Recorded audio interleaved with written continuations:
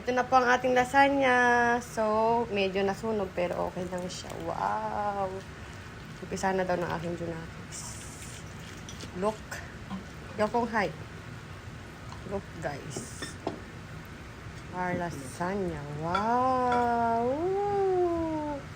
Tingnan nyo naman. Siyempre, unahin po natin, igisa muna ang bawang. Ako po, inuuna ko palagi igisa ang bawang.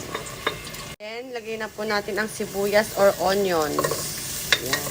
Igisa na po natin dyan. So, ilagay na po natin ang beef and pork na salo na yan. Mix na po yan. Yan pang first pack. Second pack. Third pack. So, haluin na po natin yan. Haluin, i-mix po natin, ha? Lagyan na rin po natin ng maraming paminta. Maraming paminta. Yan. So guys, pag gumagawa ako ng lasagna guys, ilalagyan ko talaga siya ng mushroom para mas masarap, para may kick ang ating lasagna. So, ilagay na po natin ang mushroom. Yan. 3-pack siya. Yun. Ayun. Then haluin.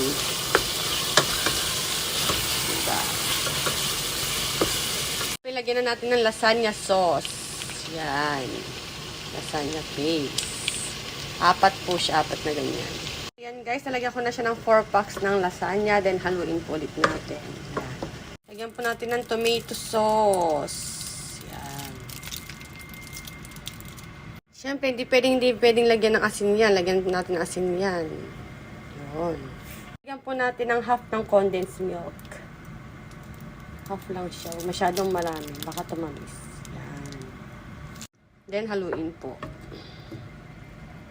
Then, itry natin siyang tikman.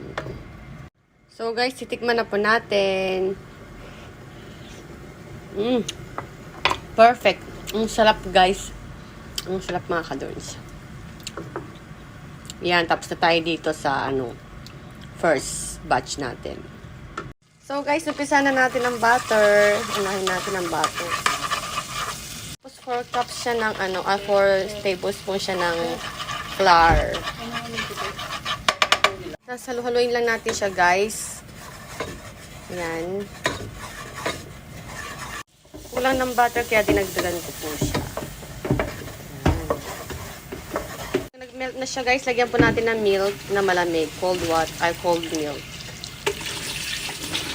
Damihan po natin ng milk. Mapaw. So, lagyan po natin siya ng asin. So, yan. Palaputin lang natin siya mga kadurns. Diba? Lapit na siya lumapo. Dahil malapit na siya, lagyan natin ng black pepper. Yan. Lagyan din po siya ng ating Ajinomoto. So, ilagay na po natin ito dyan. Ayun na, nagawa ko na po ang sauce niya, ang kanyang sauce ng lasagna, at saka ng cream sauce niya. So, start na po tayo. Lagyan po muna natin siya dito. Unahin natin lagyan yan. Ganyan na po, nailagay na po siya dyan. Malilit lang po kasi yung pasta dito sa amin. Wala yung malalaki. Maganda talaga sana yung mahaba. Pero dito lang, ganyan lang mayroon dito sa amin. So, start na po tayo sa sauce. Malit na sandok. Basta lagyan na natin dyan, ha? Yan na po ang kinalabasan. Lagyan na po natin siya ng sauce na white dito sa harap. Yan. Ikalat lang po natin siya guys. Walang problema yan. Ikalat natin. Na maganda. Lagyan natin ng cheese sa ibabaw. Yan. Pag nalagyan na yan, tapos na ang ating first layer. So, pag nalagyan po na po ng cheese na ganyan, lagyan na po natin ulit ng ganito.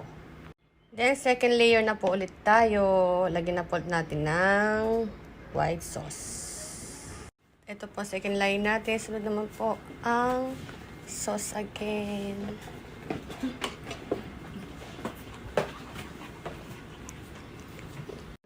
So, nilagay natin to. Lagyan naman natin ang cheese. So, next, lagyan natin ng ganito. Pwede kitang, po tayo sa second layer. Lagyan na po natin yung sauce. So, tapos na tayo guys. I-oven na po natin. Po. 4 layer po siya, diba? Mukhang basta na. nagtago. Lagi tayo sinasabi. Yan, go